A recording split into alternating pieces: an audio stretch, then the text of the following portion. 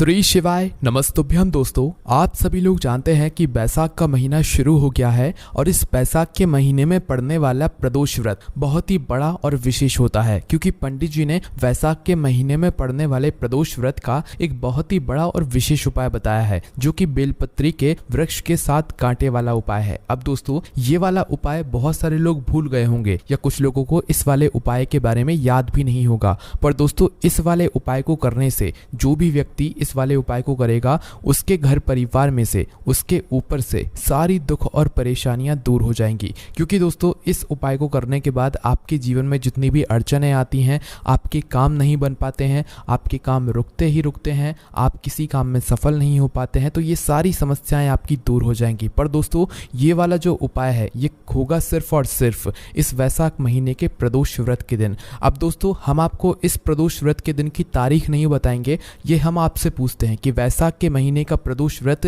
किस तारीख को पड़ रहा है, वो आप हमें कमेंट करके बताइए, ताकि आपके कमेंट से और लोग भी पढ़ें और उनको भी पता लग जाए कि हाँ, वैशाख महीने का प्रदोष व्रत किस दिन पड़ रहा है। क्योंकि अगर आप लोग खुद से लिखोगे कमेंट सेक्शन में, तो आप लोगों को याद रहेगा कि हाँ, इस दिन वैशाख महीने का प्रदोष व्रत पड़ रहा है और इस दिन हमें बेलपत्री के साथ कांटे वाला उपाय भी ज़रूर करना है और हमारे जीवन से दुख और परेशानियों को दूर भी ज़रूर करना है। तो दोस्तों, किसी भी उपाय को जब हम करते हैं तो उससे पहले हमें उस उपाय के बारे में ये बात समझनी होती है कि इस उपाय को आखिर करना किसको है, किस समय करना है, कहाँ पर करना है और कैसे करना है। तो देखिए, सबसे पहली बात हम लोग ये समझ लेते हैं कि आखिर इस बेलपत्री के साथ कांटे वाले उपाय को आखिर करना किसको है। तो देखो, हम हमेशा बोलते हैं कोई भी उपाय होता है तो वो घर का हमेशा बड़ा सदस्य ही करता है। विशेष रूप से अगर आप पूछो तो भाई, घर का कोई भी बड़ा जो मुख्य सदस्य हो, विशेष रूप से घर की जो बड़ी माताएं बहनें हों, उनमें से कोई भी एक माता बहन अगर इस वाले उपाय को करेगी तो बहुत अच्छी बात है। अगर कोई भी माता बहन इस वाले उपाय को ना कर पा रही हो, तो फिर घर का कोई बड़ा सदस्य, चाहे वह पुरुष ही क्यों ना हो, उनमें से भी कोई एक पुरुष ये वाला उपाय कर सकता है और अपने पूरे घर परिवार के लिए जो है इस उपाय का फल ले सकता है। ठीक है। उसके बाद में दोस्तों, इस बेलपत्री के साथ कांटे वाले उपाय को करने का समय क्या है। तो देखो, इस वाले उपाय को करने का सिर्फ एक ही समय है। प्रदोष व्रत के दिन का आप लोग एक समय जानते ही होंगे, प्रदोष काल का समय। तो इस प्रदोष व्रत के दिन का जो इस उपाय को करने का समय है, वह शाम का समय, प्रदोष काल का ही समय है। पर इस समय को आप लोग थोड़ा ध्यान से सुन लो, क्योंकि ये कोई ऐसा समय नहीं है कि 6 बजे से लेकर 7 बजे तक या 7 बजे से लेकर 8 बजे तक।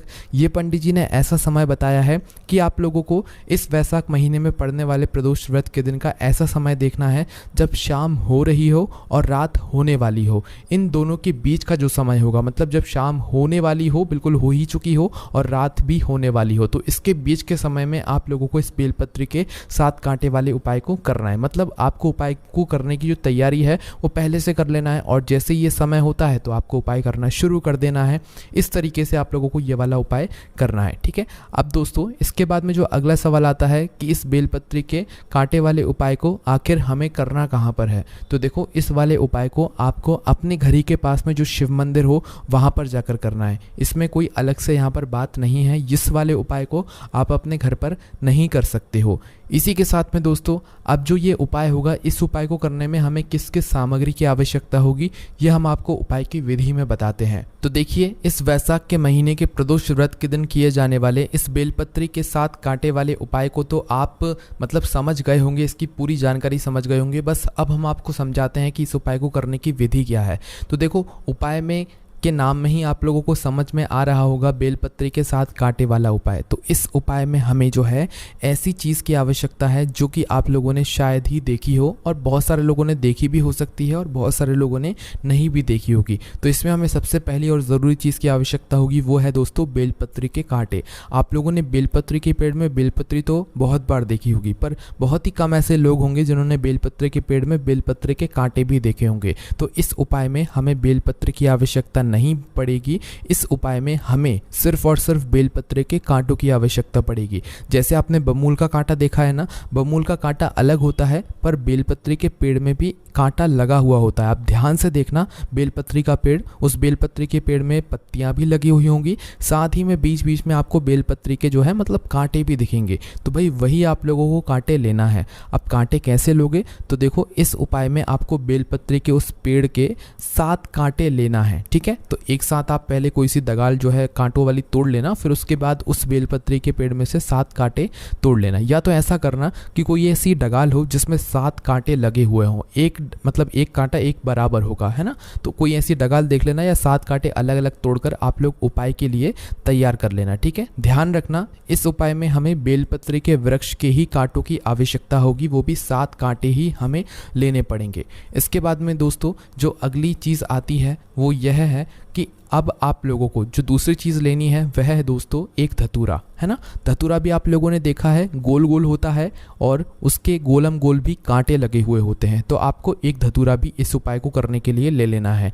ये जो उपाय की तैयारी है, उपाय की सामग्री की जो तैयारी है, ये आपको पहले से करके रखना है, क्योंकि हमें प्रदोष व्रत के दिन शाम के समय, मध्याह्न के समय, बिल्कुल मतलब शाम होने वाली हो और रात होने वाली हो, उस समय के बीच में इस उपाय को शुरू कर देना है, ठीक है। और शिव जी के मंदिर में जाकर ही करना है। और उपाय को करते समय शुद्धता का आपको विशेष रूप से ध्यान रखना है, ठीक है। तो जैसे ही मतलब शाम का समय हो तो भाई आप लोग हाथ मुंह धो लेना। शाम के समय आपको स्नान करने की ज़रूरत नहीं है और इस वाले उपाय को आपको शाम के समय ही करना है, सुबह के समय नहीं करना है। इस बात का विशेष रूप से ध्यान रखिएगा। दोस्तों ये उपाय हम आपको इतना ज़्यादा अच्छे से इसीलिए समझा रहे हैं क्योंकि इस उपाय का जो फल है ना, वो आप खुद कहोगे कि हाँ, इस उपाय को करने के बाद हमारे जीवन में इतनी बड़ी बड़ी परेशानियाँ आ रही थी, वो सारी दूर होना शुरू हो गई हैं, है ना। तो इसलिए आप लोगों को जो है हम इस उपाय को अच्छे से समझाने की कोशिश कर रहे हैं। तो आप लोगों को क्या करना है, एक धतूरा लेना है और बेलपत्री के पेड़ के 7 कांटे लेना है ना। तो एक धतूरा और बेलपत्री के पेड़ के 7 कांटे अपने साथ में रखकर आपको क्या करना है, शिव जी के मंदिर पहुंच जाना है। पर ऐसी गलती आप बिल्कुल मत करना। कभी भी कोई उपाय करो तो ऐसा कभी मत भगवान शिव जी के सामने दर्शाना कि आप सिर्फ उनके पास उपाय को करने के लिए गए हुए हो। तो इसी के लिए शाम के समय, प्रदोष व्रत का दिन वैसे भी रहेगा, प्रदोष काल का समय रहेगा, तो अपने साथ में एक गोल बत्ती का शुद्ध देसी गाय की घी का आप लोग दीपक भी तैयार करके लेकर ज़रूर जाना, ठीक है। वह दीपक आप आटे का भी ले सकते हो और मिट्टी का भी ले सकते हो। तो अपने साथ में घी का दीपक ज़रूर लेकर जाना, वह भी शुद्ध देसी गाय का घी होना चाहिए, गोल बत्ती का वह दीपक होना चाहिए, ठीक है। वह दीपक अपने साथ में रखकर साथ ही में अपना जो उपाय की सामग्री है, एक धतूरा और बेलपत्री के पेड़ के 7 कांटे, वह अपने साथ में रखकर इस वैशाख महीने के प्रदोष व्रत के दिन जब भी यह पड़े वो आपको कमेंट करके हमें बताना है। और उस दिन शाम के समय प्रदोष काल में अपने ही घर के पास में जो शिव मंदिर हो वहाँ पर सबसे पहले आप लोग पहुँच जाइएगा। शिव जी के मंदिर में पहुँचने के बाद आप भगवान शिव जी का आशीर्वाद लीजिएगा, उनसे प्रार्थना कीजिएगा, उनसे विनती कीजिएगा। उसके बाद में शिवलिंग के पास में आप लोग बैठ जाइएगा। जाते से ही आप लोगों को उपाय नहीं करना है, इस बात का आप लोग विशेष रूप से ध्यान रखिएगा, ठीक है। जैसे ही शिव जी के मंदिर में पहुंचो, शिवलिंग के पास में बैठ जाओ और बैठने के बाद अपना वह दीपक निकाल लो जो दीपक आप लोग अपने घर से तैयार करके लेकर आए हुए हो। अभी आपको उपाय नहीं करना है। और जो दीपक आप लोग अपने साथ में लेकर आए हुए हो, इस दीपक को आपको घर से जलाकर नहीं लेकर आना है, इस दीपक को आपको मंदिर में आकर ही जलाना है। और जिस मतलब माचिस से आप लोग दीपक जलाओगे वह माचिस आपकी होनी चाहिए, मतलब आप अपने घर से उस माचिस को लेकर आए हुए होने चाहिए।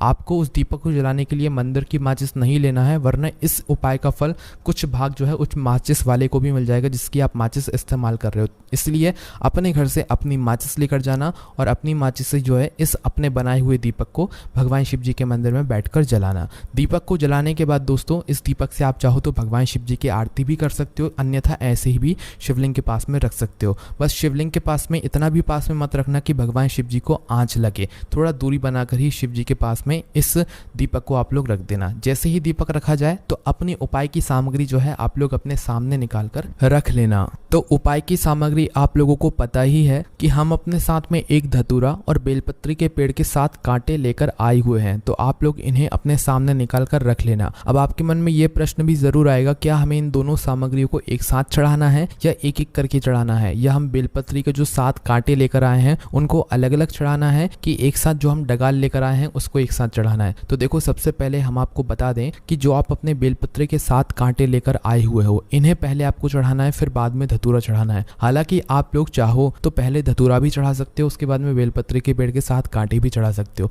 पर बेलपत्री के पेड़ के जो 7 कांटे होंगे वो आपको एक साथ ही चढ़ाने हैं। चाहे आप अलग अलग तोड़कर लेकर आए हुए हो, चाहे आप 7 कांटों की डगाल लेकर आए हुए हो, वह आपको एक साथ ही चढ़ाना है, एक एक करके नहीं चढ़ाना है, ठीक है। हाँ, आप लोग पहले बेलपत्री के कांटे चढ़ा सकते हो, फिर उसके बाद में धतूरा चढ़ा सकते हो, या पहले धतूरा चढ़ा सकते हो, उसके बाद में बेलपत्री के पेड़ के 7 कांटे चढ़ा सकते हो। ऐसा आप लोग कर सकते हो, इसके अलावा और कुछ भी नहीं कर सकते हो। तो जैसे ही आप लोग इस बेलपत्री के पेड़ के 7 कांटे शिव जी की शिवलिंग के ऊपर चढ़ा देते हो और उसके बाद में इन्हीं बेलपत्र के कांटे के ऊपर शिवलिंग के ऊपर अपना वह धतूरा चढ़ा देते हो, उसके बाद में भगवान शिव जी के पास में ही बैठकर भगवान से थोड़ा विनती करना कि हे भगवान, हमारे जीवन में, घर परिवार में जितनी भी प्रकार की दुख और परेशानी आ रही है, हमें उससे छुटकारा दिलाइए और हमारे जीवन में कभी भी कोई दुख और परेशानी ना आए। आपका आशीर्वाद सदैव हमारे ऊपर और हमारे घर परिवार के ऊपर हमेशा बना रहे। ऐसी आपको भगवान से प्रार्थना करना है, विनती करना है और भगवान से आशीर्वाद लेकर, भगवान को धूप देकर वहां से उठ जाना है और अपने घर पर आ जाना है। बस दोस्तों, यहाँ पर ये वाला उपाय पूरा हो जाता है। इस उपाय को करने की सबसे खास बात यह है कि इस उपाय को करने का जो फल है